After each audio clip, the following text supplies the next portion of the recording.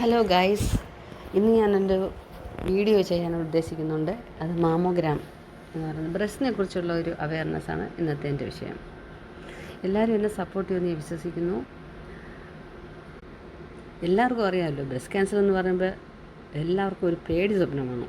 Breast cancer മാത്രമല്ല, എല്ലാ ക്യാൻസറും എല്ലാവർക്കും പേടി സ്വപ്നമാണ്. അപ്പോൾ ബ്രസ്റ്റ് ക്യാൻസറിനെ കുറിച്ച് പറയുമ്പോൾ സെക്കൻഡ് സ്ഥാനമാണ്, രണ്ടാമത്തെ സ്ഥാനമാണ് ബ്രസ്റ്റ് ക്യാൻസറിനുള്ളത്. ആദ്യത്തെ സ്ഥാനം ലങ്സ് ക്യാൻസറിനാണ്. അത് കഴിഞ്ഞാൽ ബ്രസ്റ്റ് ക്യാൻസറാണ് ഈ ലോകത്ത് രണ്ടാമത്തെ സ്ഥാനത്ത് നിൽക്കുന്നത്. അതുകൊണ്ട് നമുക്കൊരു ബ്രസ്റ്റ് ക്യാൻസർ അവയർനെസ്സിനെ കുറിച്ച് നമുക്കൊന്ന് സംസാരിക്കാം. ഇപ്പോൾ ഈ ചിത്രത്തിൽ കാണിച്ചിരിക്കുന്നതാണ് മാമോഗ്രാം മെഷീൻ എന്ന് പറയുന്നത്.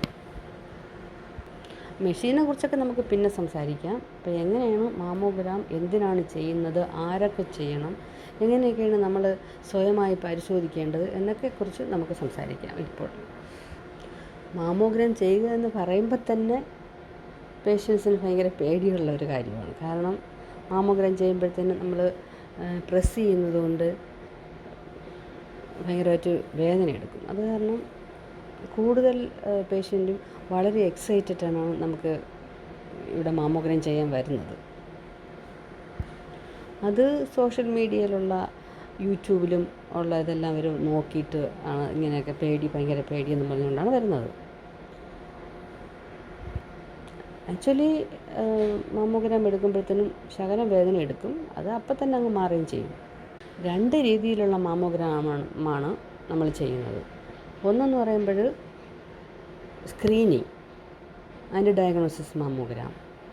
സ്ക്രീനിങ് മാമോഗ്രാം എന്ന് പറയുന്നത് നമുക്ക് ഒരു അസുഖവുമില്ല ബ്രസ്റ്റിന്, പക്ഷേ നമ്മൾ സ്ക്രീൻ ചെയ്ത് എന്തെങ്കിലും പ്രശ്നം ഉണ്ടോ എന്ന് നോക്കുന്നതാണ് സ്ക്രീനിങ് മാമോഗ്രാം എന്ന് പറയുന്നത്. അത് വർഷത്തിലൊരിക്കൽ അല്ലെങ്കിൽ 2 വർഷത്തിലൊരിക്കൽ ഓരോ പേഷ്യൻ്റ് ചെയ്യേണ്ടതാണ്.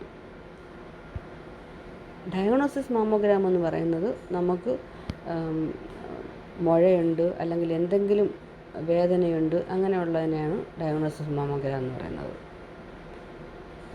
അത് ഡോക്ടറെ അടുത്ത് പോയി ഡോക്ടർ ഇങ്ങനെ പ്രിസ്ക്രിപ്ഷൻ എഴുതും.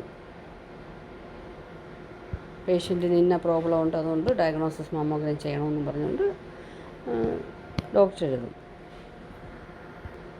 അപ്പോൾ ആ പ്രിസ്ക്രിപ്ഷൻ അനുസരിച്ച് നമ്മൾ ഏതൊക്കെ വ്യൂ ചെയ്യണം, എവിടെയൊക്കെ കംപ്രസ് ചെയ്യണം, എവിടെയൊക്കെ മാഗ്നിഫിക്കേഷൻ ചെയ്യണം എന്നെല്ലാം നമ്മൾ നോക്കിയിട്ട് നമ്മൾ ചെയ്യും. ഇതൊക്കെ ഞാൻ പറയുമ്പോൾ നിങ്ങൾക്ക് മനസ്സിലാകത്തില്ല, പക്ഷേ ഞാൻ എല്ലാം വിശദമായിട്ട് അടുത്തടുത്ത വീഡിയോകളിലെല്ലാം ഞാൻ കാണിക്കും. അതുകൊണ്ട് എല്ലാവരും എന്നെ സപ്പോർട്ട് ചെയ്യണം കേട്ടോ. നമുക്ക് ബ്രസ്റ്റിനെ കുറിച്ചൊരു അവയർനെസ് ആണിപ്പോൾ ഞാൻ സംസാരിക്കാൻ പോകുന്നത്. മിക്ക ആൾക്കാരുടെയും സംശയം ഇത് ഫീമെയിൽസിന് മാത്രം ഉണ്ടാകുന്ന അസുഖമാണെന്നാണ്. അല്ല, സ്ത്രീകളെപ്പോലെ തന്നെ ആണുങ്ങൾക്ക് ഉണ്ടാകുന്ന ഒരു അസുഖമാണ്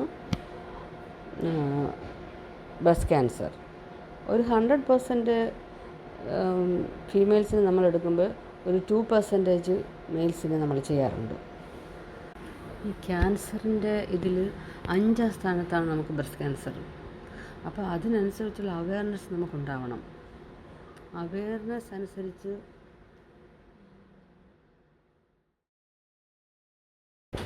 അപ്പോൾ ബ്രസ്റ്റ് ക്യാൻസറിനെ കുറിച്ചുള്ള അവയർനെസ് നമുക്ക് കൂടുതലുണ്ടെങ്കിൽ നമ്മൾ കൂടുതലായിട്ട് അവയർനെസ് എന്ന് പറഞ്ഞാൽ അവബോധം എന്നാണ്. അത് നമ്മൾ കൂടുതൽ പ്രൊട്ടക്റ്റ് ചെയ്യും. നമുക്ക് എന്തെങ്കിലും പ്രോബ്ലം ഉണ്ടെങ്കിൽ ഉടനെ ഡോക്ടറെ കാണുക, ഇഗ്നോർ ചെയ്യില്ല. അല്ലെങ്കിൽ എന്തെങ്കിലും പ്രോബ്ലം ഉണ്ടെങ്കിൽ നമ്മൾ ഇഗ്നോർ ചെയ്യും.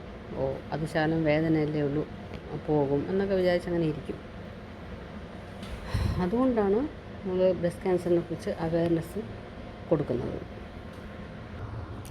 റെഗുലറായിട്ട് നമ്മൾ മാമോഗ്രാം ചെയ്തു കഴിഞ്ഞാൽ നമുക്ക് ബ്രസ്റ്റ് ക്യാൻസർ ഉണ്ടോയെന്ന് ഏർലി സ്റ്റേജിൽ തന്നെ കണ്ടുപിടിക്കാൻ പറ്റും.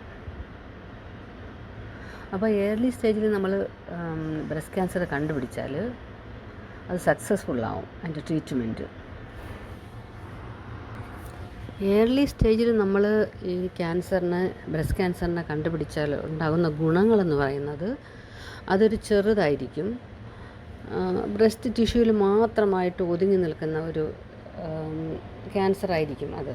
അപ്പോൾ ഏർലി സ്റ്റേജിൽ നമ്മൾ കണ്ടുപിടിക്കുമ്പോഴത്തേനും ചിലപ്പോൾ നോഡ്യൂൾസ് ആയിരിക്കും, ലംബായിരിക്കും, അതെല്ലാം ഇതിൽ മാത്രം ബ്രസ്റ്റിൽ മാത്രം അത് ഒതുങ്ങി നിൽക്കുന്നതായിരിക്കും. അത് സ്പ്രെഡായി തുടങ്ങില്ല. അതാണ് ഏർലി സ്റ്റേജിൽ നമ്മൾ കണ്ടുപിടിക്കണമെന്ന് പറയുന്നത്.